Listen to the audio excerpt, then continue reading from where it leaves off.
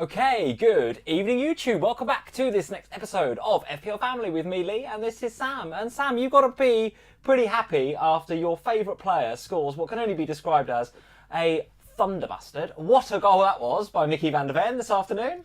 Have you been in the Slack recently? Not this afternoon, yes, because there are a lot of United fans in there, so I was giving them a little bit of a wide berth this afternoon. So something might have gone off in the Slack when Mickey van der Ven scored. Yes, okay.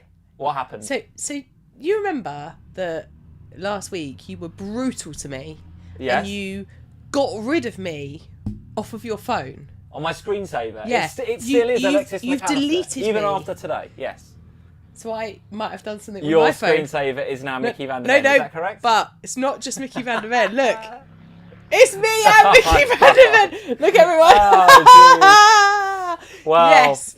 What a sight that is. I can only apologise to the YouTubers. The podcasters will be enjoying the fact they can't see that. It is a picture of me and Mickey van der Ven. You've not done that. Who's done that? Me!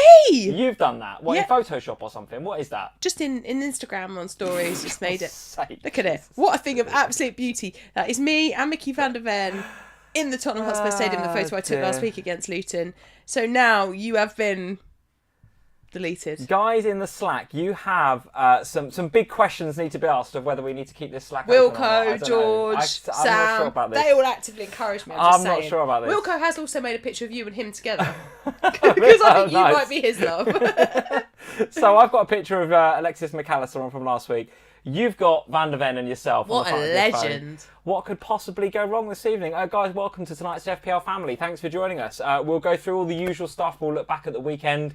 Arsenal winning again. Man City winning again, although conceding goals. Liverpool dropping points in the title race in a bit of a frustrating way. We'll talk about that a bit later on as well. I think I said, didn't I, last week, United, they just could not be bothered to turn up last week. They could not be bothered. What was it, away at Brentford, was it? Or away at Bournemouth? Terrible performance. Couldn't be arsed with it. Then they have the Chelsea debacle in the week where they couldn't be asked for 70% of that game. It is never easy, Liverpool going to Man United. Never, because they up their game by several multipliers, right? Several multipliers today, they up their game. Although, having said that, we still completely dominated and come away with a 2-2 somehow. So I don't know how it's happened, but it has happened. Liverpool, first to blink in this year's title race. Spurs sitting pretty in fourth, though, after a win today. So Aston Villa so happy. I'm dropping so points. happy. And for Aston Villa, same as Liverpool, right, looking easy in the game, and then just got, I don't know, complacent or whatever. Brentford come back into it. Spurs did it as well in the game today, to be fair. Went we've seen 1-0 it a lot, up. right? We've seen it a lot. Resting, we did it against, we've done it a lot recently. There's a lot of that going on. I think a lot of teams, and I can understand it somewhat with teams like Liverpool and Aston Villa, because you played an awful lot of games so far this season. I can't really understand it with Spurs. We've not exactly played loads of games. We're starting to see a bit of it, though. We're starting to see a little bit of beachy attitude. We are I a did little think bit. when City got the 2-1 against Palace, I was like, what is it going to be about Palace that's going to go, we must get back into this game? Do you know what I mean? And then They it was did- like... they did try. No, they didn't. They did the last 10 minutes. Oh, great. The last 10 4-1 minutes. down. Yeah, but the last 10 minutes, they really should have gone. They really should have had at least a couple back in those last few minutes. Well, listen, all right, for 10 minutes they weren't on the beach. But No. for the majority of that, when it went 2-1, it went to 3-1, 4-1 quite easily. And Yeah, it was a little bit beachy. It was a little bit beachy. Yeah, but you can understand it almost with teams like Palace. Like, nothing really left, but for teams like Villa and Spurs, should not be going beachy in games, because there's a big deals to fight for. Champions League spots, 100%. title races, 100%. Europa League spots. All of this stuff is really important, and you didn't see it from Arsenal. No complacency from them in their game yesterday. They went and, actually I thought Brighton, probably the best performance I've seen from Brighton in a long time, but Arsenal put them to the sword. And, you have to win every single game if you're going to want it. And I think, it's getting tight at the top. Liverpool is, you're not out of it by any stretch. It's just level pegging now. No. So now it's just going to be a case of who blinks next, I guess. Yeah, you've got to hand it to Arsenal. They are putting teams away with consummate professionalism and ease. They really are. This and wire their is annoying me defence. tonight. What's up with it? I don't know. It's just it keeps touching my feet.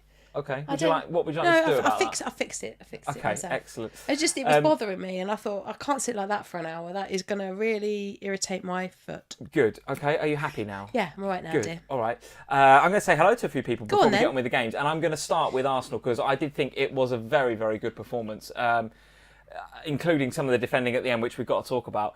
We've had a super chat from George Day. Thank you, George Day. How you doing, We had a mate? lovely Patreon chat this week.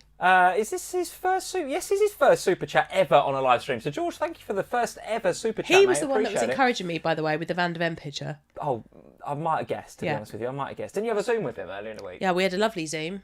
That picture's come out way quicker than I wanted it to.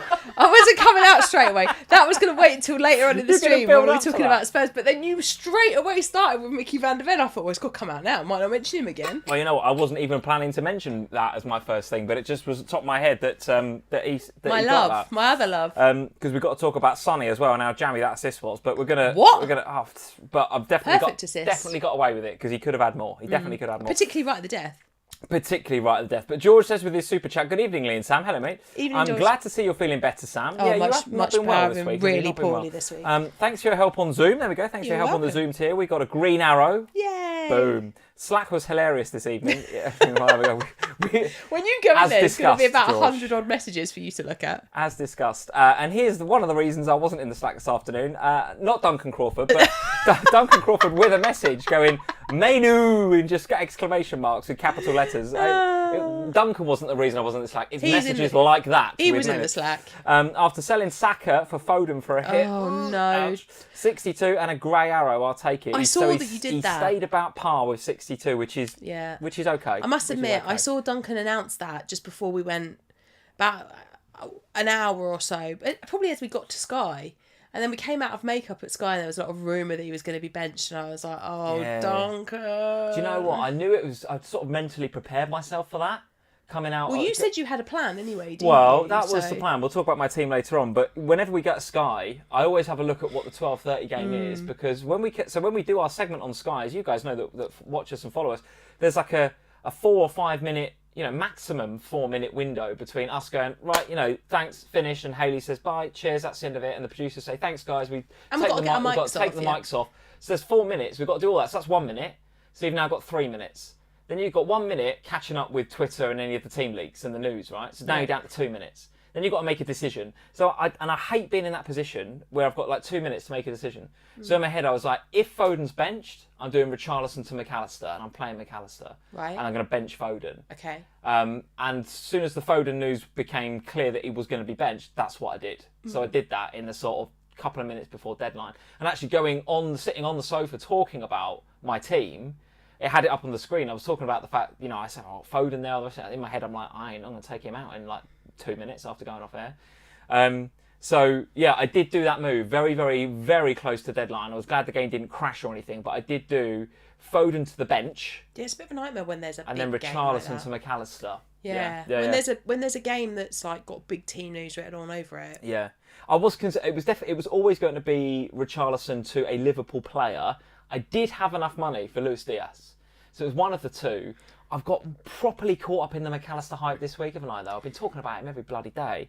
So You love him. Possibly, maybe coulda, woulda, shoulda been Diaz, but listen, I saw the McAllister effective ownership in my team once I'd booted the team up into live FPL for the week, and it was like 1.6, and I'm just like, even an assist from him gives me a potential, big yeah. green, given that the rest of my team looks pretty template. But listen, we'll talk about the details of that a bit later on. Thank you, Malachi Fox, for the super chat. Still surprised I'm only 4.3% of managers with Kai. Well, yeah, listen, this is why I put him on the thumbnail, because he's a pretty good differential. Yeah. And I tell you what, he is properly not just cementing himself in that Arsenal team, he is really turning it on at the minute and putting in the performances. We're going to talk about Arsenal first in just a second. Michelle Dear is here. Hey, Michelle, how are we doing? Nigel's in. Harry's in as well. So hello, guys. Moderating both. Thank you, guys, for moderating. Hopefully we don't get any knobheads in the chat, but if we do, I know that Simon and Harry will be on it. At least Harry's here. He'll spot himself being an idiot. Yeah. If, Harry will spot himself. I'm going to be on the Off the Bench podcast with Harry, I think, tomorrow morning. Oh, of course, yeah. So I look forward to that one. It tends to be whenever we have a very Chelsea-like performance, I get to go on off the bench with Harry. It's quite Yeah, but enjoyable. neither of you are going to be that happy, are you? Well, I'm not delighted, no, but I've had an all right week in FPL. I noticed Harry's had a good week in FPL as well, good. 70 odd points. So You'll be happy both we've of you both then. had good FPL weeks. We've just both had a bit of a dodgy result in actual football, including drawing to Sheffield United, and that's got to be the most Chelsea result ever, isn't it? I must have... 4-3 against United. It's like, oh, we've turned a corner, we're amazing. Just they draw to Sheffield United. No, they've drawn in the last week, haven't they? They've drawn 2 with Burnley and 2 with Sheffield United. Unbelievable, isn't it? Madness. How to be a Chelsea fan? It's like heart rate up like a roller coaster, isn't it? Yeah. Hazardous is in the chat. He says he's got 98 points this week. Very nice. Really? Flipping heck. Okay. There's a lot of big players that have returned this week. Jeez, I mean, but 98, that's very, very good indeed. Webby's here. Hello, mate. 65 points all out. Not bad, mate. Tiny Green Arrow will take it after 2 reds in a row, mate. That's all good. That just stops the rot, gets you back in the right direction. So I'm loving that. John Robert Knight is in. I got 46. It's a bit of a challenging week then for John. 82 points in challenge, though. I got 96 in challenge. Did this you? week. Oh, I nice. clearly am a challenge expert. Very good, very good. ZK is in. Lee called the 3-1 Spurs result this afternoon, much to my disappointment. Yeah, I thought Spurs would win it. Did you? I did think Spurs would win When it. did you say it was going to be 3-1?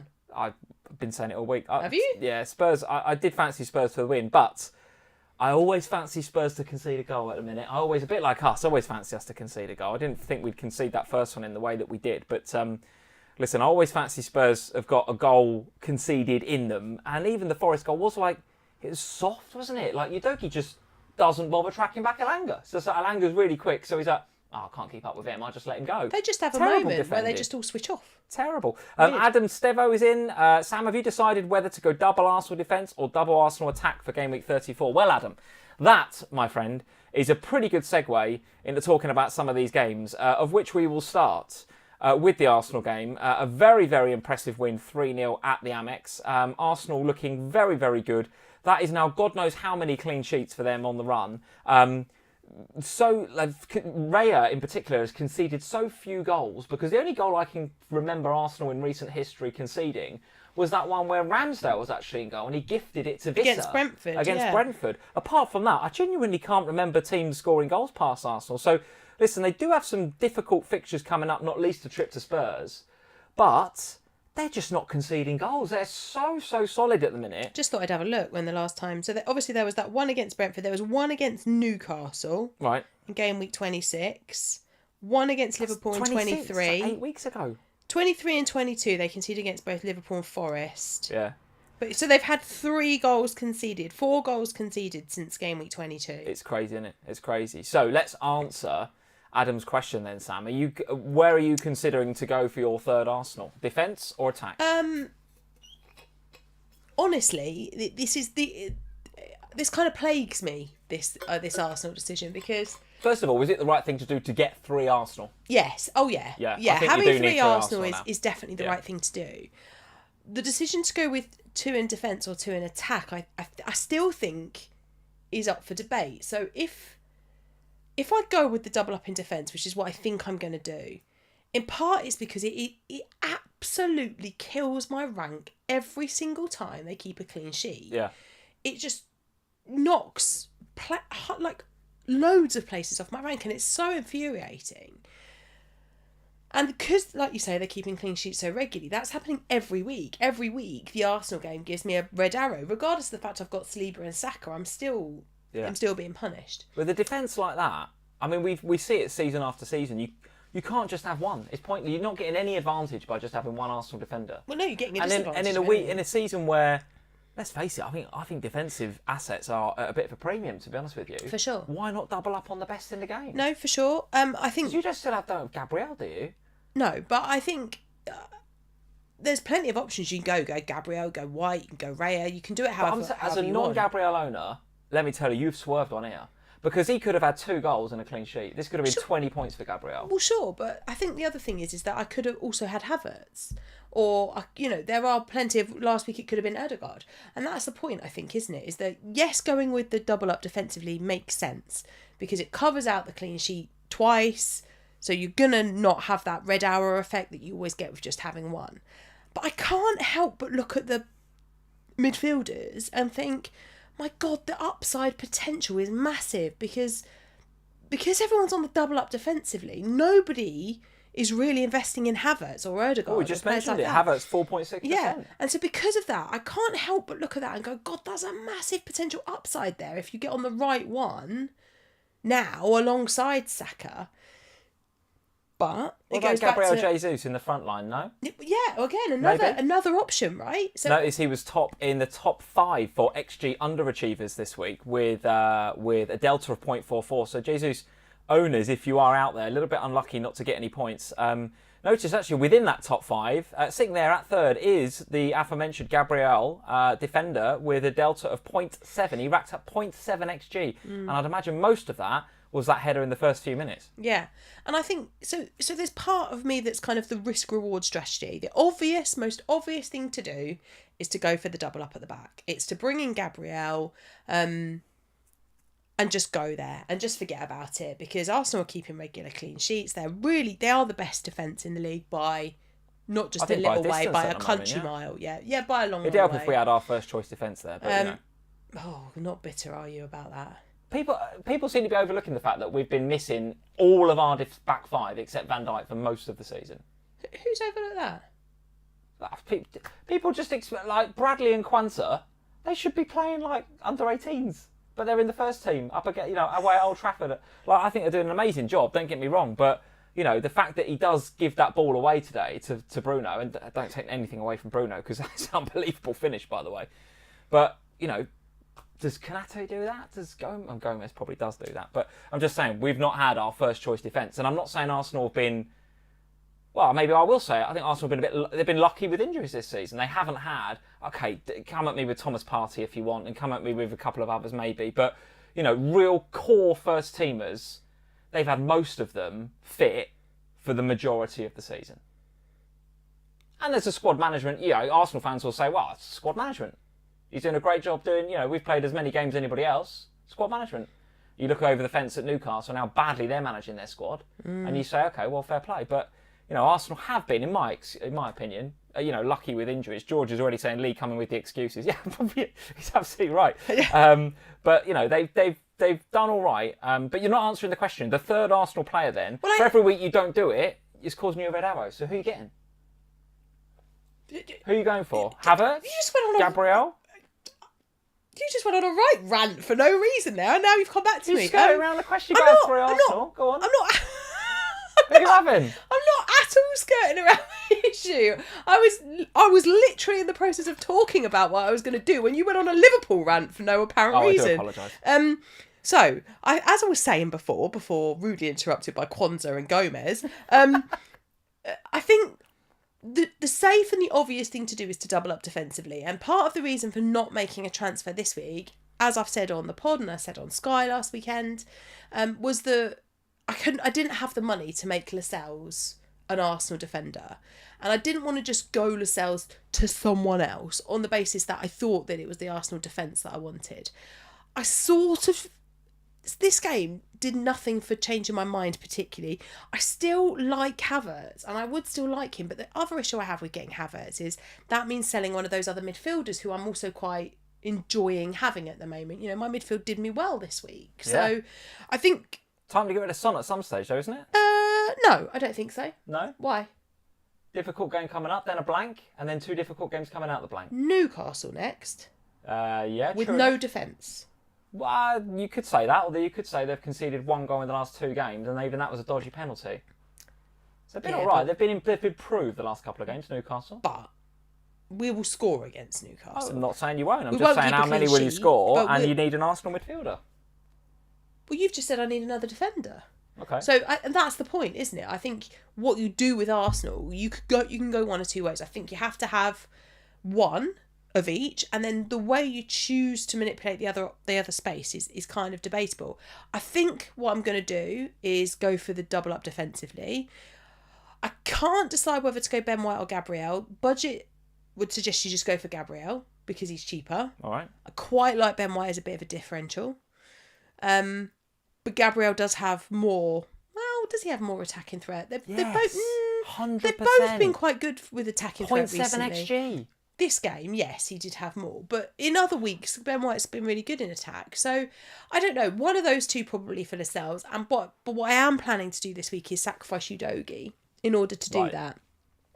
So Udogie and Lascelles will go this week as my 2 free transfers, and I'll bring in two new defenders, one of which will be an Arsenal defender. All right. Okay. Anything to say on Brighton? I don't really think we're looking do you at them. know- If we look at the fixtures, they're down there. It's Burnley next, then it's Man City as a single game week, and then goodness knows what else other than that. But you surely are watching them, because I'm not investing right now, but I am watching, because they are going to got a double, They haven't are they? going to have a double in 37. We expect it to be in 37. Decent, isn't it, as well? It's Not a bad Chelsea. looking double. The fixture they've got to be okay. rescheduled. So they've got to have it's Chelsea and whoever else they've got scheduled in 37. That is Newcastle. So there you go. That'll be their double. Yeah, I mean, I'm looking at them, not because I want to invest right now, but I'm looking at them because coming into 37, if somebody is standing out, if Pascal Gross is still looking like... Because he was decent for me earlier on in the season when I had him. So could be that I go back there again. Could be that João Pedro's offering an option in attack at that point, potentially as well.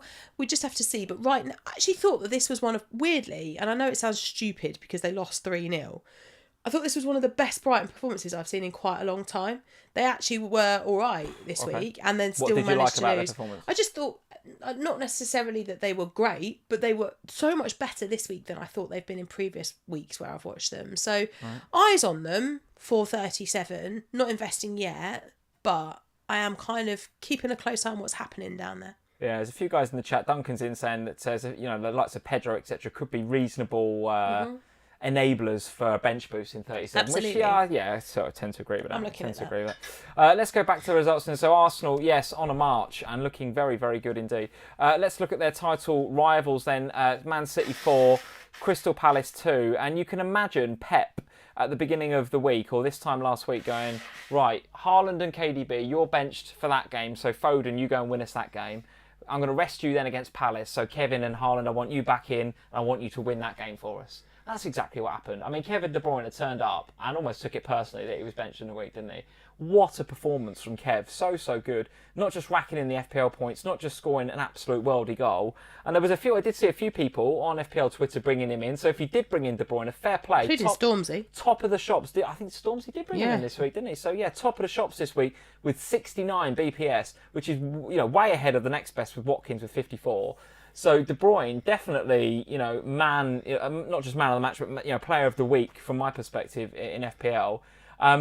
What are you thinking about them now, though? You're just on Haaland, aren't you? You haven't got anybody else. No. Now, Haaland gets his goal here. I wouldn't say he was necessarily a massive threat, but listen, he still popped up with a goal and I think a couple of bonus points as well. Did he get bonus in this game?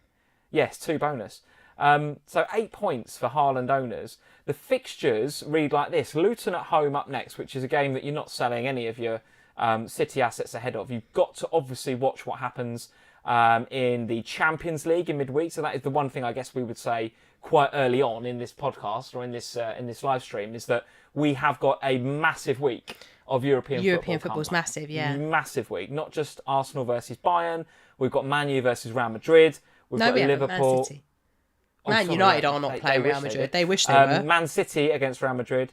We've got Liverpool versus Atalanta. We've got West Ham versus Leverkusen, both on Thursday. So there's Villa and Lille. Villa versus Lille. Yeah, forgot about Villa. So there's loads going on. I think it absolutely makes sense if you haven't figured it out already to sort of stop that knee from jerking and just hold fire on transfers 100% until all of those games are out of the way. So yes, we've got to see how City get on against Real Madrid. What do you think about this Luton game then, and then obviously Brighton away in the single game week? It's what difficult are you though, going to do? isn't it, with Man City? Because I've only got Haaland.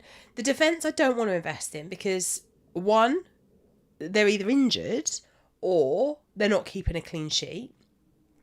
And that's every week. It feels like the clean sheet just gets lost, whether it's through a mistake or for whatever reason. They just don't seem to be able to keep that clean sheet. So I don't really want to go there. The attackers are a different kettle of fish, but kind of feels to me like Foden and KDB at the moment are in a bit of a anything you can do, I can do better kind of tug of war for that position on the pitch. Because what did you make of the Foden benching versus the De Bruyne benching earlier in the week? Is there what message is Pep trying to send there? I think it's just around the Champions League, isn't it? It's about we've got this amazing squad, and they've got, particularly in attack, they've got these quality players, And Pep he's got the luxury of being able to afford to go, right, I've got 2 massive games coming up in the Champions League against Real Madrid. These are going to be difficult matches. Yes, we've still got to stay in the hunt for the title, and that's really important. But I've got the squad that can deal with that. So, like you say, Foden, you go out and you do it. And keep the rest of you on the bench, and if I need you, you can come on. But Foden, you go out there and you win it for us against Who was a hat-trick against? I forget now. Luton it was, wasn't it? Yeah. Was it? I think so. Yeah. You go out and you do that. Well, no, they've got Luton up next. They've got Luton next. Who did they play? I don't know. Somebody in the chat. One of the newly promoted. Who did Foden get? Don't know, I can't remember. But anyway, you go out and you do that. And then on the weekend, KDB, Haaland, you come on and you do it there. Now, would like to invest more heavily in Man City. However, one, they don't double in 34. So I've got this game against Luton where arguably you would want to bring in another City player. However, my concerns are that if they don't beat Real Madrid on, I think they're Tuesday evening, aren't they? Yeah. They're Man Arsenal. If they don't win on Tuesday evening, what does Pep do? Because clearly then going into next week's Champions League, because remember there's no week in between, it's back-to-back weeks for European football. Yeah.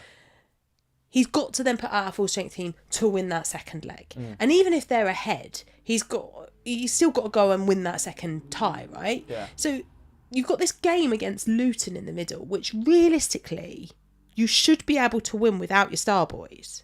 You'd think so, wouldn't you?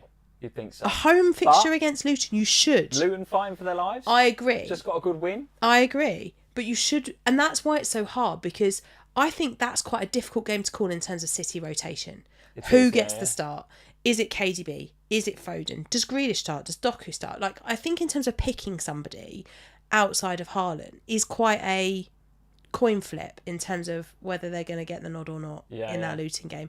And therefore, as much as I'd like to more heavily invest in Manchester City, I just can't do it. Yeah. Ahead of that. It is a tricky one. I think the Foden benching, just to answer the original question, was basically Pep putting Foden in his elite. You know, if it was up for any debate still, I think Foden is now up there. Oh, of course. In the pool with Haaland and De Bruyne and Rodri, right? Those are the 4.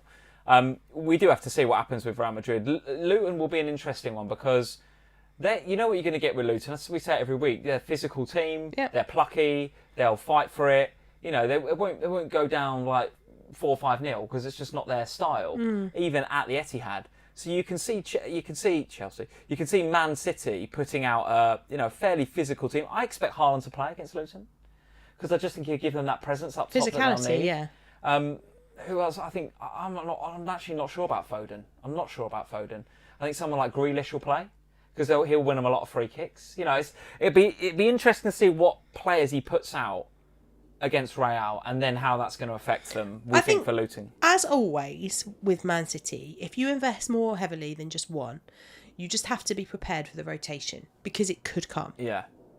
And because we've got these 2 really important matches against Real Madrid in the next 2 weeks, and the games that surround that are against Luton and Brighton, I would expect to see some rotation in the Premier League sides because it's Pep and that's what he does. Would it put you off captaining Haaland next week? I think it would me, given there's some other really good options. Yeah, because it's not like there's not. So in some ways, no, because if City are winning that game against Luton, he's not bringing them off the bench in the same way that we saw in midweek this week. He's benched Haaland and KDB, doesn't bring them on because he doesn't need to. He benches Foden at the weekend, he doesn't bring him on because he doesn't need to. So they get the full rest. So against Luton, I would expect a similar thing to happen if he decides to rest whoever it is. I would expect if they're winning the game that they don't come on. So it wouldn't necessarily put me off the captaincy. It would make me choose the vice captain very carefully. Yeah. Just because you've got to then make sure that the vice captain has got, is everything that you want them to be. But I think what you've just said is right. There are other fixtures that are attractive captaincy, good captaincy options as well. So yeah, it isn't just you go Haaland and that's the end of it. There are other picks that you can go to as well. All right, and a word on Palace then. We should have a word on Palace simply because they do have a double game week in 34. And it's a decent looking one as well. When you look at the fixture ticker, that Liverpool game coming up next, away at Anfield. But then West Ham and Newcastle, both at home in Game Week 34. And even then coming out of it, the fixtures look pretty good. Who caught your eye in that City game, if anyone? And what are you thinking in terms of transfers in? And presumably, if you are going to bring in a Palace asset, it's going to be in 34 rather than, reeling them out for Anfield. Yes. So I've been looking at Matata. Who's that? Kuna Matata. I've been looking at Mateta for a while. Yeah. Because he was one that was talking about on Wildcard. I went for Muniz at that point, but knew that I wanted to replace him in 34 with somebody that doubled. So he is definitely an option. Can I say something a little bit controversial? Oh, go on. He will cause us problems at Anfield. Why is that controversial? I think that's fair. No, it's not actually. It's not controversial at all. We love giving up a bit of XG. Yeah. And when we come up against strength like that, often we struggle. If you wanted to bring in Mateta a week early, I wouldn't be against it. I don't think it's just get a hatful, right? I mean, it's us at home. We should be all right. But yeah, it's not a shocker. And I think I'm right in saying that Trent and Alisson could be back for that one. No idea. I think they both could be back for a little while. Yeah, they were targeting this one. Trent is maybe a little bit ahead of Alisson from what I understand, but I don't know. Doesn't sound like it. Doesn't sound like it. He's not going to rush him back, is he? Either. No. Particularly as the game in the Europa League is a game that is a tie that we should be going through in that tie. But that's what I mean. So for the league, you're not going to rush them back in for this midweek, but No, for the league, ideally. you might want them because there's a lot of fixtures for the likes of Konsa and Gomez and those guys to play week in, week out. Yeah. What about other Palace assets? And so But Eze, Mateta, of course, always has to stay. Eze was always on the radar. He was a player that I was looking to bring in for Anthony Gordon for this one. I was thinking about doing the hokey cokey on Gordon, if we remember, doing him in and out for 34, back in for 35. And that was in part because there wasn't necessarily somebody up top that I really wanted for Palace. But now with Mateta actually kind of putting his hand up and going, I could be a good FPL asset. Maybe I could just bench Anthony Gordon instead and play him and go with him instead of Eze. And that saves me a transfer ahead of 34. But I think Eze and Mateta both decent looking options. Yeah, okay. All right, so that's Palace versus City. Let's then talk about the third horse in this title race, currently sitting in second. Liverpool, we've just watched it this afternoon. Man U 2, Liverpool 2. As usual, I've got loads of thoughts, but I'll let you go first. You had a lot of thoughts this afternoon. There was also a lot of swearing going on. There was a lot of swearing. It was a good job that Evie had her noise-cancelling headphones on and couldn't hear any of what was happening. What did I make of this? I could not believe as a Salah captainer today and a Nunes owner that within the first half I wasn't on for a double-digit haul for both of them, with the amount of opportunities that Liverpool wasted in that first half in particular. So casual in front of goal. And I understand that, the same thing, I shouldn't be necessarily surprised because the same thing happened in the last game we watched Liverpool play in midweek. Well, the thing with the Sheffield game is that actually we were just sort of casually passing it backwards and forwards through midfield as if to say, right, let's just see this game out. And Sheffield United got the goal. Whereas today we were getting into those positions, into the final third. Yeah. That Man United have been allowing so much over the last few weeks. And then just no one's shooting. No. Like, what was that one was it in the first half or the second half? Where Darwin passed it back across the goal. Passed it back across the goal for no one. I'm like, you're a striker, mate, shoot. Yeah. Unbelievable. And I was watching the pair of them thinking, are you joking? That's my captain and my second striker. And the pair of you almost looked like you're too afraid to score today. It was just pass. It was annoying. It was very frustrating. It was very, very frustrating to watch. Second half better, but still frustrating. Am I doing anything about it? Absolutely not. It's a home fixture up next, and and then a double game week. Yeah. So I'm not changing my investment in Liverpool. If anything, I want to work out how I treble on Liverpool for the double. What are you thinking? Well, and again, this is another problematic. And it goes back to that conversation that we were having before, again, about Arsenal, because in an ideal world, if Trent Alexander-Arnold wanted to just be out for a little bit longer, it would be ideal because I'd just go for Bradley. I'd go Bradley instead of Lascelles, have him for the double, and all would be well with the well. But I just don't think that you can guarantee that Bradley is going to get the start in both those games in the double. No. If you didn't have Núñez, would you be doing what you can to bring him in for the double? Yes. Would you? Yes. I think he looks so off it, Núñez. He's gone back to old Núñez last 2 or 3 weeks. But Lee, I don't. And I appreciate against Brighton, it was all he did a lot of good off the ball stuff. He's changed his game a lot, or at least he's developed his game a lot to move defenders around and create space for others in a kind of Bobby Firmino kind of way. But we don't want that in FPL. We want him shooting, right? I'm not sure about him at the minute. I've obviously got him. I'm not selling him ahead of the double. I think you would. I'm not sure. But I think you would anyway, though, Lee, because when you think about the teams that have got double game weeks in the double game week, you've got Liverpool and Arsenal, who are the standouts. Would you have Jesus or Darwin Núñez right now? Straight choice. I'd have Darwin, but would you? I don't know. Well, okay, which of your 3 Arsenal players would you give up for Jesus? And this is the point. Well, yeah, okay, fair point. But I was just asking you a straight choice between the 2 forwards. Yeah, but I don't think you can look at it as a straight choice because I think if you look at the teams, and this is what I was just about to say, if you look at the teams that double in 34, you tell me 3 forwards that are better options in that double than Darwin. When you take into account that you're probably not doing an Arsenal forward. Forwards, yeah, because you look at the Liverpool assets and you go, well, Salah, you probably have somebody else, but if you're not going to have Darwin, you can have Luis Diaz now. You can have Luis Diaz. But in the 3 forward category, I still think that Darwin is the best option. Is he the best option after 34? Absolutely not. And I'll sell him straight after 34 and go somewhere else because then you're building for 37 anyway, and you don't necessarily need him anymore, and you can move to whoever you want. If Højlund's playing well, you can go there. Everton Diaz over Núñez. Just saying. Okay. Got Burnley at home in one of their games, Sheffield United. Sure. You go there. Burnley and Man United for Sheffield United. You're not going to sell Darwin for Brennan Diaz, though, are you? You're talking about which forwards would you have? Oh, Lee. In 34. So if you are free hitting in 34 or wildcarding in 35, it's not terrible, Sha. No, I'm going to have Darwin until 34, and then for 35, I'm going to sell him for Isak as long as Isak is still fit. That's my plan. Right. And I think that Darwin is still one of the best options to have for that double game. He's still got an assist, didn't he, today? He did fine, but listen, he's off the ball. And I thought Endo as well today was a little bit like Endo when he first comes to the club. And I don't know whether it was the conditions or the occasion or what was it, but he was just taking 3 or 4 touches when in the last few weeks he's been taking 1 or 2 touches and being exceptional.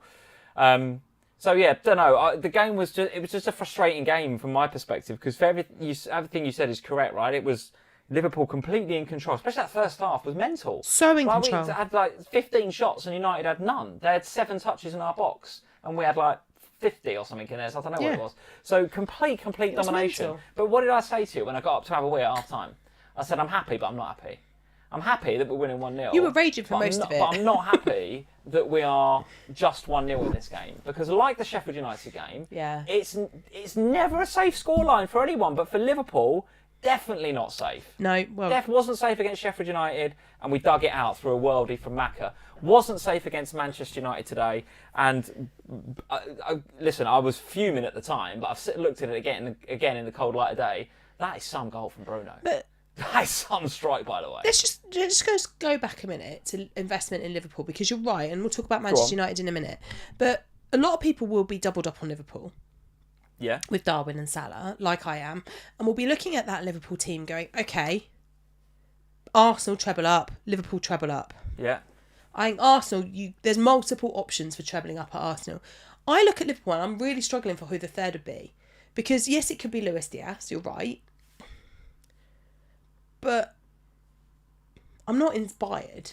Well, the other one to have a look at is Robbo, right? Because Robbo created 4 chances today. Defensively, you are so... I know, but you're not...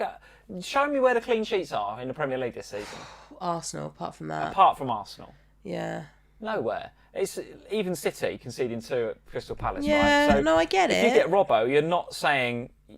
What you're doing is you're saying, I'm getting the Liverpool corner taker, assuming Trent's not back, I'm getting the Liverpool corner taker and chance creator down that side. Sure. That might also get 4 points for a clean sheet. But Robbo he's expensive. I know he is, but if you're free hitting or wildcard in 35, then you're all right. Just go for it. Yeah, but I think there'll be a lot of people that will not be able to get to Robbo. He's going to be a hard... Because a lot of people have got all their money in midfield and they've got...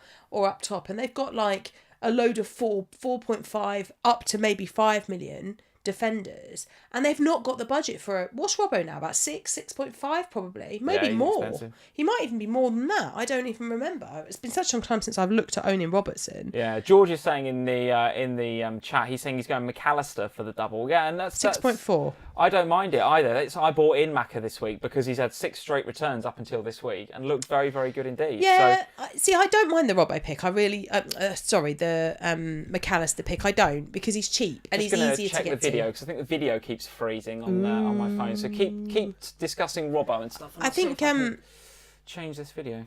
I think for me, Robbo is just difficult because he's 6.4 million. Oh, it's back on again now. Look. Hey, now you're gonna get a view of the radiator. Right, hold on. So Robbo is 6.4 million. I just checked. So 6.4 million. Oh my goodness, that looks very drunk. That. There we go. Is that a bit better? Don't know what happened there. I don't know. It's frozen for a bit. Then you guys will see a close up of the radiator, and then you should see. And then we should be back. No, I think you've. I don't want to mess about with it anymore though, because it's working. That looks better. That'll do. We just go with that. It's freezing a lot today. You're right, Wilco. I don't know what it is. It must be this app that I've bought that, as usual, the technology's beating me again. Might have to just go back to the old Logitech camera, but we'll stick with it for now. Yeah. Back to Robbo. So, and I think that's the thing, isn't it? 6.4 million. That is a lot of budget to be spending on somebody for the double game week. Now, it's fine if you, like you say, if you're free hitting, it's absolutely fine. If you're wild carding straight after, it's also fine. You potentially could hold him for a couple of weeks, I suppose, but for me, it's a lot. Whereas McAllister feels easier in terms of the budget to find. It weirdly almost feels easier to get Luis Diaz as well, even though it's more because I've got more expensive midfielders who I could sacrifice potentially for him.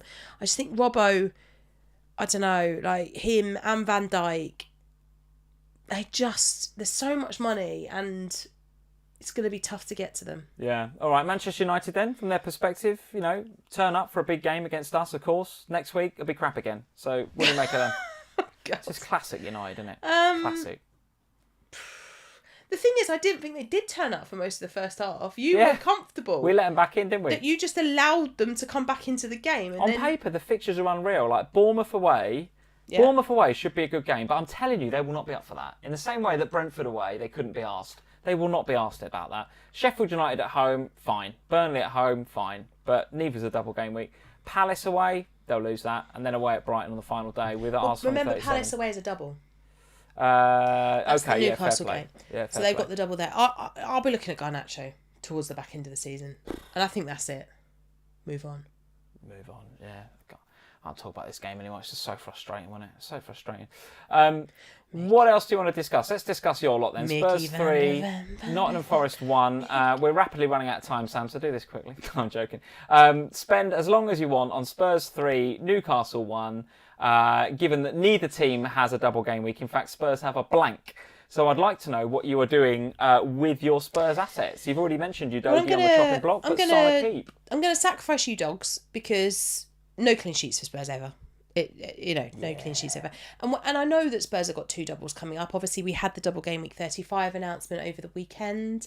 Was it over the weekend or Friday? Yeah, I don't know. All the days are blended Friday. into one. Whenever it was Friday, so we had that announcement.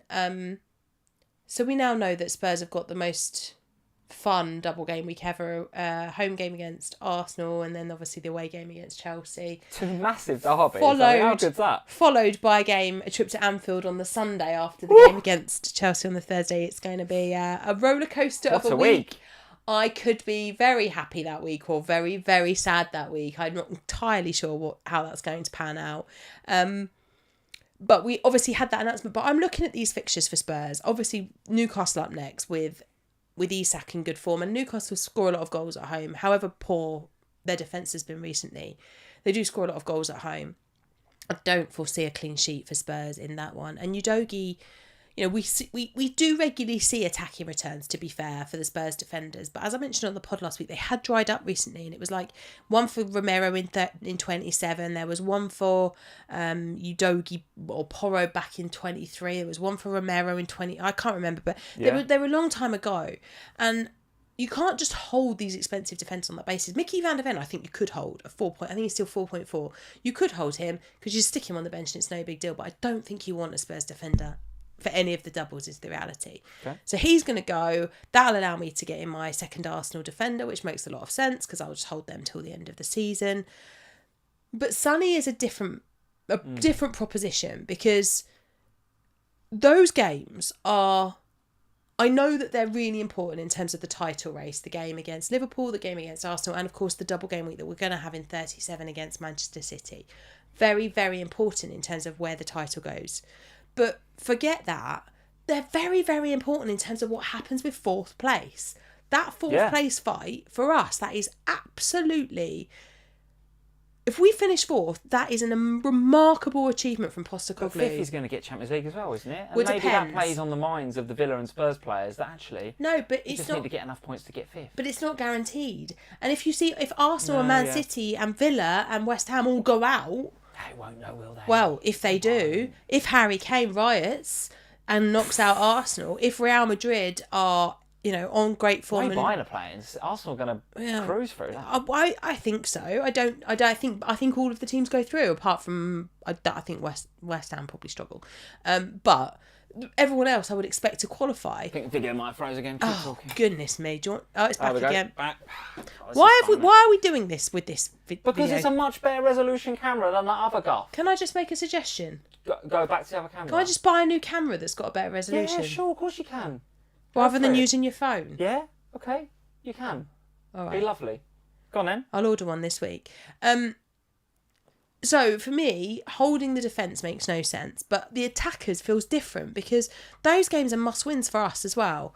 So having Son, who I know is going to start every single game between now and the end of the season, I want to keep him because I'm going to want to bring him back for 35 for the double anyway. So I'm just going to bench him in 34, and I might even look to double up.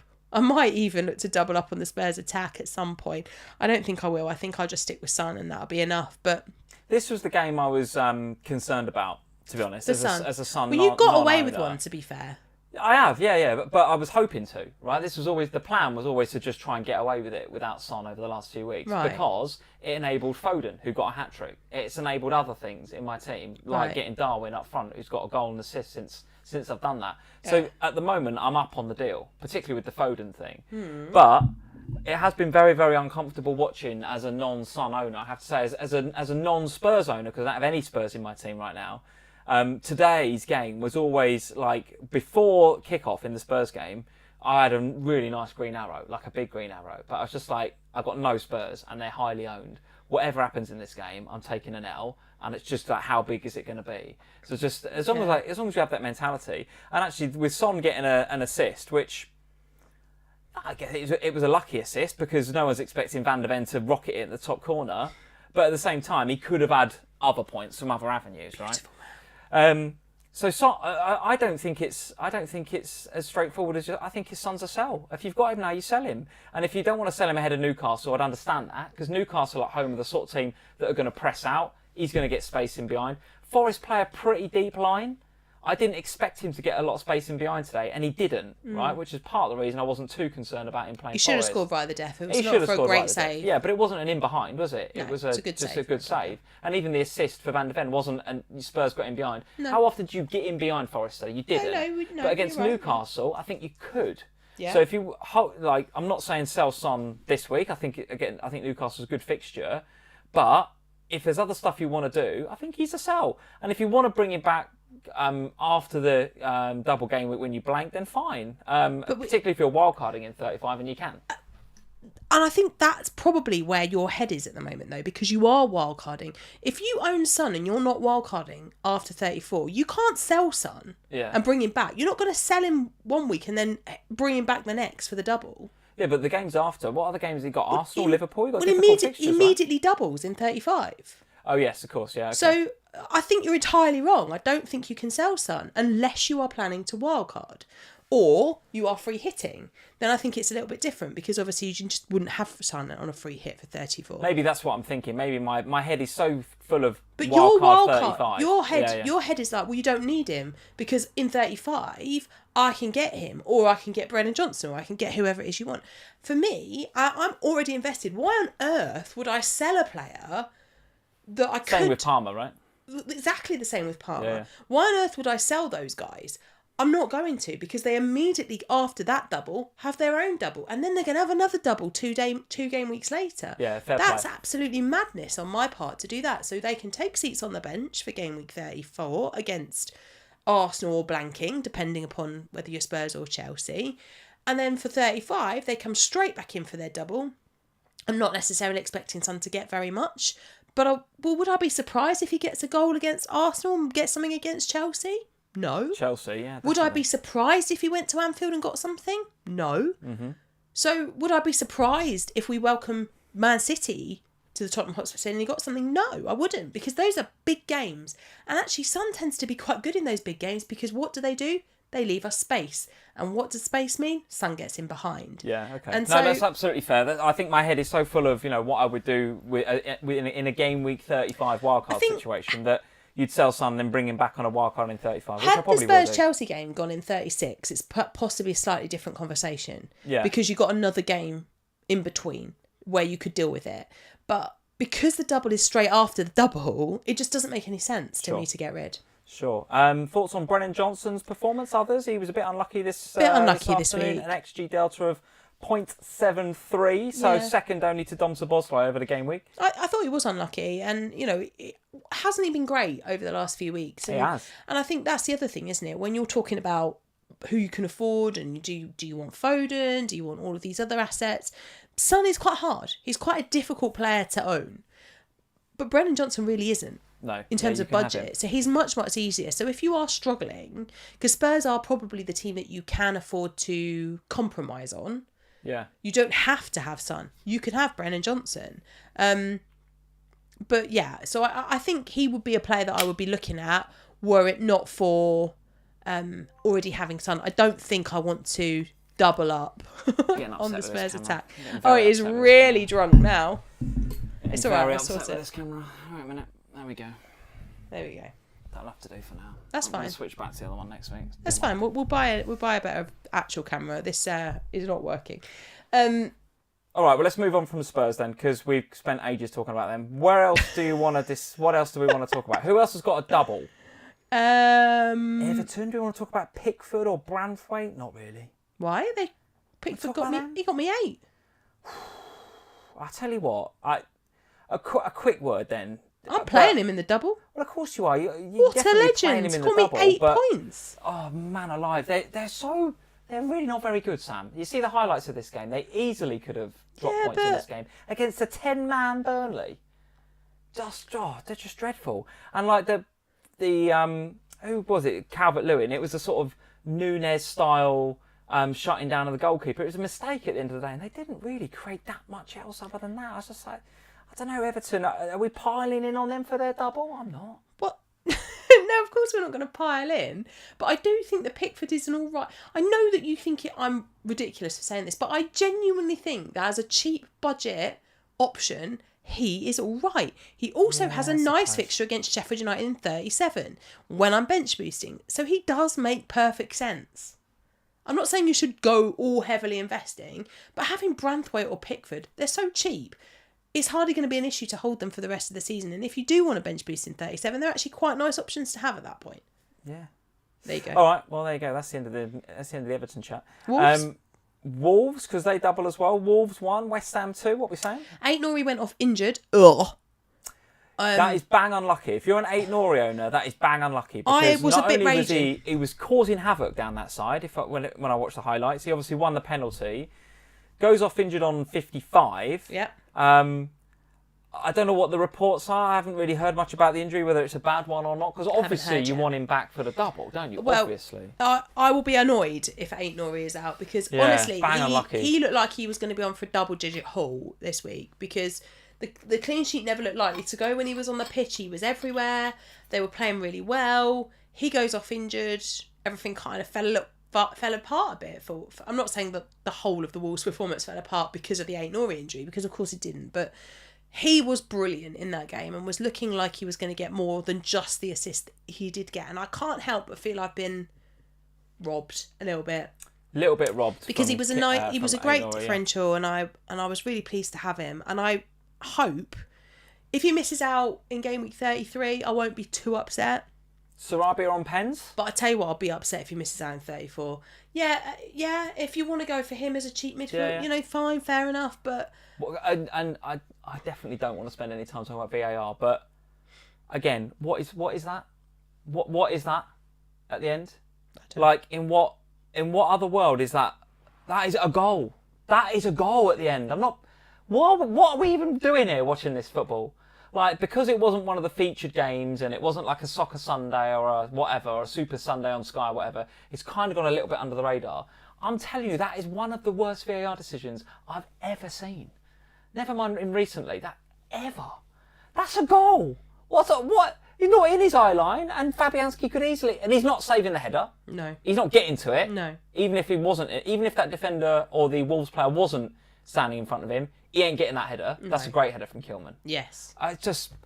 It absolutely blows my mind that VAR can rule that one out. Absolutely blows my mind. So West Ham, yeah, all right, well done, you get the win, but Gary O'Neill was fuming post-match, and I can understand why, because it was horrendous. I still think Wolves are a good investment for the double game week. Yeah, totally. Just have to kind of work out how they best fit into your team, and obviously from my end, if Ait-Nouri is out, then I'm going to have to rethink how I'm investing in Wolves for the double. Okay. All right, last comment of the games to Mr. Ollie Watkins, who we've all sold because he got injured, apparently. A bad hamstring injury that kept him out for one game. Now back, 2 goals. Yeah, but we knew what we were getting ourselves like. We did. Yeah, we did. I remember when I was wildcarding and everyone was like, "You're mad keeping Ollie Watkins," and I was like, "No, he's not become one of the highest scoring players in the game." Yeah, he's one of the best players in the league because he's an idiot. Is what he is. Like, yeah. We know if you sell Ollie Watkins, you know what is happening. You know that he will score goals. He was coming up against a Brentford defence that have not been good lately. So it was inevitable that this was going to happen. We did it on the basis that Darwin Núñez has the double game week. That was where we were with it. Yep. And obviously over the last couple of weeks, it's kind of levelled out because yes, Ollie Watkins got the brace here, but obviously Darwin's got a couple. You know, he got the goal against who did you play? Sheffield United. And then was involved today. So it's kind of levelled out so far. But don't sell Ollie Watkins and expect it not to punish you. You have to accept that if you sell him, it will punish you because he's a good striker. End of. Speaking of which, Brentford, very good to come back into the game, right? 2-0 down, looked dead and buried. I thought it was game over. They come back 3-2. Well done, Brentford. So fair play to Brentford. I know it was just a draw at the end. I know, but listen, to be 2-0 down at Villa Park and to come back and get anything out of the game, fair play. Tony benched. Anything in this? Well, he hurt himself, didn't he? There was this weird thing in midweek where he was going to start. Then the Brentford Twitter announced that he wasn't going to start. He was injured in the warm-up. Yeah. Then apparently he had a row behind the scenes with Thomas Frank and said, "No, I want to start." They were arguing about it and eventually he let him start. They did have a bit of a row at the end of the game, didn't they, Tony and someone else? There was a bit of argy-bargy, wasn't there? Collins. Collins, yeah. Yeah, and then obviously for this one he did start on the bench. He's all not well behind the scenes, George can tell us, I'm sure. Well, George, I'm sure will. But Tony's going to leave, isn't he? So, Probs. There's all this. Well, no, I think it's 100%. It's just where is he going to go? What kind of colour kit is he putting on next season? I'll tell you what, if he does go, Mr. Mbromo, I thought was brilliant when he started this game. He's come on recently. Well, the best I think credit that you can play Mbromo is that for a lot of this season, earlier on in the season when Tony was suspended, we had him, yeah, and he was excellent. And then he got injured, and it was a real shame when he got injured because it derailed Brentford, and it also was a shame for us in FPL. But he's coming back now. Obviously, gets the start. Was good again. Like him, Mbromo. I missed him. Like when I saw him in Match of the Day highlights, I was like, oh yeah, forgot. You're actually really good. You're really good. Yeah, absolutely. Let's do a quick shout out to all of our Patreon supporters. Patreon.com/FPLFamily if you want to support the channel. Extra podcasts, we have monthly competitions, we have Zoom calls that we mentioned before. We have a Slack community that we mentioned a few times where you have random pictures of Sam with Mickey van der Ven. All sorts going on patreon.com/FPL Family. So if you want to join us, never too late in the season to do that. Doesn't matter even if you're having a terrible season. Every month we reset the scores and I manually enter the scores. So even if you're having a bad season, you can still win in our monthly Manager of the Month competition is what I'm saying. Yeah. So not long to go to get in for April. And then obviously May will be the last month where there's only a couple of game weeks. So listen, anyone can win. Anybody can win in May. There's only a couple of game weeks. It's flying by, Sam. Absolutely flying by. We have $3, $5 and $10 tiers if you want to come and support the channel. Patreon.com/FPL Family. All the links are in the description below. That is where you can find all that good stuff. All right, teams this week. How did we do? I got 70. Pretty good. I was pretty happy with that. That is a green arrow. My total points is now 1,180. My overall rank is 36k, which is a green arrow of 16.9%.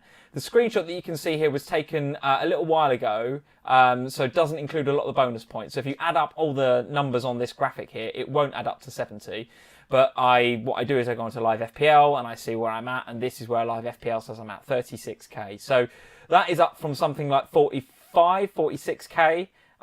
Pretty happy with that, to be honest with you. The double Arsenal defence, I can't believe everyone's not doing it. I think you just do it.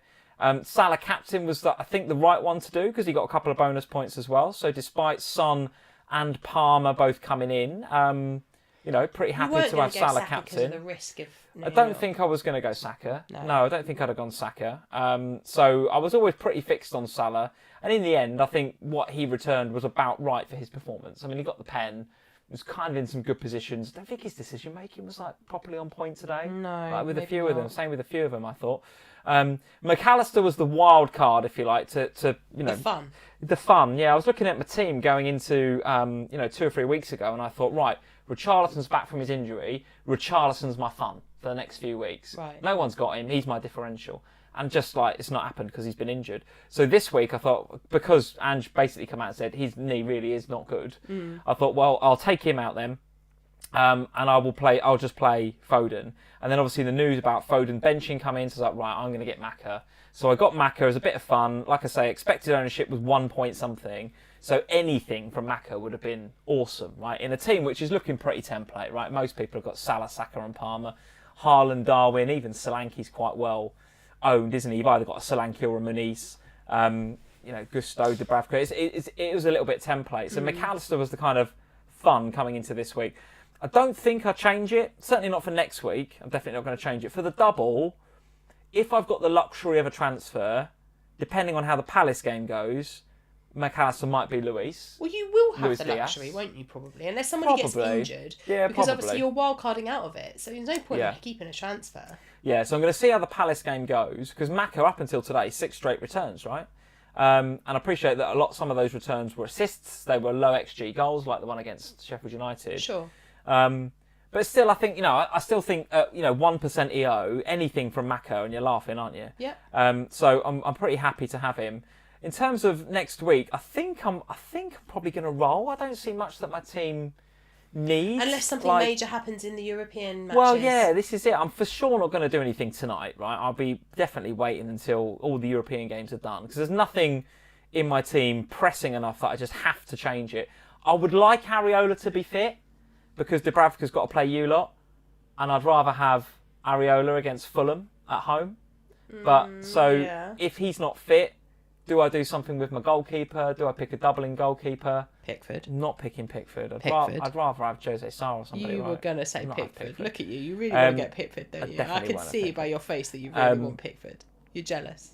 Definitely not. You're thinking Jordan Pickford is the one. So my team is actually in reasonable shape. I had a look at it on my bus team, and everyone's at home next week. Everyone's at home? So I think the whole team are at home. What? Is it Dubravka's at Newcastle, right? Yeah. Yeah, so I think my whole team is at home, which is crazy. That's weird. But then my team is quite geared towards those that are racing for the title, right? So I've got 2 City, 3 Liverpool, 3 Arsenal, and then Chelsea, I think, are at home as well. I might have got that wrong, I don't know. But there must be. It's just they are. Home against Everton. Home to Everton, there you go. Right, so there's another reason not to pick Pickford, because Palmer will get penalty. So all my team are playing at home. Yeah, I'm pretty okay with it. 36k is good. I'm happy. the team will be all right for next week. I'll wildcard in 35. I'll be bench boosted in 37. I'd like to stay within that top 50k. I think if I finished in the top 25, I'd be very, very happy. If you said to me top 25k at the beginning of the season, I would have been delighted with that. But it's those picks, it's the McAllister picks, and it's the having the fun pick around the edges that's really going to make the difference. It's not come off this week, but it might next, and it might in the double as well. So all in all, a good week. 70 points, solid. I'm happy with it. Also on your side, Sam, 70 points as well. So samesies for me and you this week. 1,905 points, a green arrow up to 273k, an overall rank change of 13.5. Got to be pretty happy with that. I can't help but feel really annoyed by this week. Why? Ait-Nouri annoyed me. Son. It happens, yeah. Son just should have had more than he did. Yeah, happens. I feel like this week was an opportunity. To make ground. Again, another one that's just. I've made some, but I felt like it was an opportunity. Honestly, watching Son miss those chances today, I was like, man alive, Sonny. If one of them goes in, you're gaining me a huge chunk of rank, and even like only against me, not against a lot. Most people have got Son. So I appreciate that. However, I want to catch. Well, I'm not going to catch you, but I need to close the gap. So Son was a massive opportunity for me against you, Jules, and Kelly. No one's got him. None of you three. So I was watching him today, thinking, just please, Son. A brace would be great. I'll take an assist and a goal. I'll take just a goal. None of that. Jules and Kelly would also both captain Palmer, and I was like, right, this is an opportunity with Salah. And I'm watching him today. I'm just like, are you? So don't get me wrong. I know I sound really ungrateful, and I shouldn't, because it's a 70 point. It's a green arrow. It's a good green arrow. But I can't help but just be like, it's another opportunity where I. Are we in your red rent free? We are, aren't we? Yeah, Properly in your head. Why are you chasing us? Just play your own game and play against yourself and just try and do the best you can. Yeah, but the thing is, Lee, you're perfectly staggered, and this is what I like about this, is that you're perfectly staggered. So Kelly's like 28 points ahead or something. Then there's you, and then there's Jules. And so you're at these perfect intervals where I can chase, so I can hit one of you. So every week I'm kind of like, right, how close can I get? How can I get closer to Kelly? And when I looked at her team, I was like, right, no Spurs. This is an opportunity now. This is an opportunity. And is Kelly paying any? What? Is Kelly paying any? What? Rent in your red. No, but I'm in hers. So she's making transfer decisions based upon what I'm doing to try to Jules cover me is out. definitely not paying any rent. He's in there all day, every day, completely rent-free. 100%. And I didn't realise I was, but apparently I am. Oh, I'm always trying to beat you. Oh, God. I never want to lose. I don't like losing, as you know. I like to win. I've kind of accepted that I can't win this year. No, I don't mean FPL as a whole. I mean against you. I've kind of accepted that I can't do that now. You just got But listen. You have to accept that Jules Laron is the luckiest FPL player in the world. What was that week when the world has got Dom Solanke captain? Yeah. Or not if not the double game treble week. Captain, double game week, 28. So captain or treble, Dom Solanke captain, and he misses a pen because he slips over. Yeah, I know that. And he's not got him at all. Then the following week, he's not got the free hit. Everyone's played free hit. We've all got an optimal squad. Well, I know that. And it's the worst game week in history. We all get 15 points. I know that. He beats us all. But also, he's benched Ait-Nouri this week. What's that about? Why? But then he comes off the bench because Gusto's not in the squad. And it's like, you're taking a mick. And then, I've got Udogi. Who's he got? Pedro flipping Porro, who scores a goal today. And it's just wow. like, oh my God. I did take a couple of points off him this week, but it's a couple of points. So it could have been such a big thing. Yeah, but don't get annoyed. It's just luck. I'm not annoyed, but these are good staging points. Variance. They're good. No, they're good staging points for me to be able to go, right, how am I going to close that gap? How do I bridge that gap? And it makes you think about the game slightly differently. And when you're at I'm not happy being at 273k. I'm not happy. So we've got to make some interesting calls to get there. That's you need it. some McAllister in your life. Got to stop picking Pickford. He got me 8 points this week. Can you stop having a go at Pickford? In fact, can I have some credit, please? Because has anyone actually noticed that I picked the right goalkeeper this week? Yes, get in. Has anyone noticed that? Yeah. I couldn't speak in the Slack on Saturday afternoon because Pickford was keeping a clean sheet and I couldn't go in there until that game finished. I was sat there. Bonus as well, what the hell? I'm watching it on my phone. The guys are talking in the Slack about the Everton clean sheet and I was thinking, I can't go in there because if the clean sheet goes, I'm going to lose my mind. So I waited until the Pickford clean sheet locked in and then I went back in the Slack. That's how bad Everton were, is that he actually got some save points and bonus because even though Burnley had 10 men, they were still attacking and creating They got a chances. save point last week as well, Lee. Everton are so Stop negging bad. on Everton. They're so bad. What happens if they were the ones that ruin your title charge? What if it's Pickford keeping a clean sheet? It could. We go to good... Do you know what? We've only got 2 home games left. Oh. Two home games in the league. Spurs and Everton? Because we've got to go to you. Oh, you've got to come, haven't you? I think it might be you and we've got Palace coming up. And then we've got 2... Let's have a look at this. I'm pretty sure I've got that right. I might have got that right. You can't have got that right. We've got so many games to go. There's no way you can So only have Liverpool, 2 at home. Palace at home, and then Fulham, Everton, West Ham all away within a week. Great, Yeah. 2 trips to London in a week. We've got Wolves at home last day. There So you are. Spurs at home, Villa away, and then Wolves at home. So, yeah, that's going to be tricky for us, you know. Fulham, Everton, West Ham, 2 trips to London in quick succession. Away. Don't like it. Don't like You it. don't like a lot of things at the moment. Don't like it. Here's some stuff I like. Tell everybody what's coming up this week. Actually, a bit of a quieter week this week, which, to be Okay. honest, I think we need a little bit. We've been super, super busy, haven't we, over the last few Yeah, weeks? seen enough of us at Sky, haven't they? But you'll be doing off the bench tomorrow with Harry, as you mentioned at the Oh, beginning. yes. So Lee and Lovely. Harry together again, which will be nice actually, because you've not been on off the bench for a while. I stood in for you the last couple of times, That's haven't true. I? That's true. So yeah, Ohana off the bench for you tomorrow. Obviously, I'll be doing the main pod on Thursday this week with Jules and Kelly, who apparently live rent free in my head at the moment. They do. Ohana will be coming out on Friday for our patrons. That's our Patreon only podcast. So if you want to hear that, you sign up as a patron, and you get access to that that podcast every week. And then we're having a week off Sky. We'll be back again for the double in Game Week 34. But yeah, be nice to spend some time with the kiddies next Saturday. Yeah. Oh, we nearly made it, you know. What? We nearly made it. A whole live stream without a knobhead in the chat, but we got one right at the end. So, yes, loads going on this week. So, look forward to seeing you all on Off the Bench with Harry tomorrow. Look forward to seeing you tomorrow morning, mate, to talk about Chelsea and how they can't Pickford. get any... I don't know. How can you do what they did against Man United and then go and drop points at Sheffield United? It just don't make sense. But Make it make sense, they Chelsea did this. fans. They did this Make it against make Burnley sense. as well. We thought they were going to be all right, and then they lost. They drew Unreal, innit? 2-2 with Burnley. They're doing 2-2 with Sheffield United. Maybe they just want to make the race for relegation interesting. Unreal. Who knows? Who knows? Listen, guys, thanks for sticking with us, particularly through the camera issues I'm off today. to Google some cameras. Podcasters will be just like, don't know what you're talking about. It's been a great podcast. But for the guys watching the video, it's been a little bit in and out with the freezing camera. So, guys, thanks for bearing with us. Leave us a like before you go. Well done in Game Week 32. We'll be back this time next week discussing Game Week 33. And, of course, then starting to look ahead to the big one. It will be time for the talking to stop and the action to be taken for the big double Game Week 34. But don't forget, big week of European action. Don't go early with those transfers. Don't do anything yet. There is lots of football to be played. Just wait until after Thursday's football. Sound advice, Sam from FPL Family. See you guys. Bye, everybody.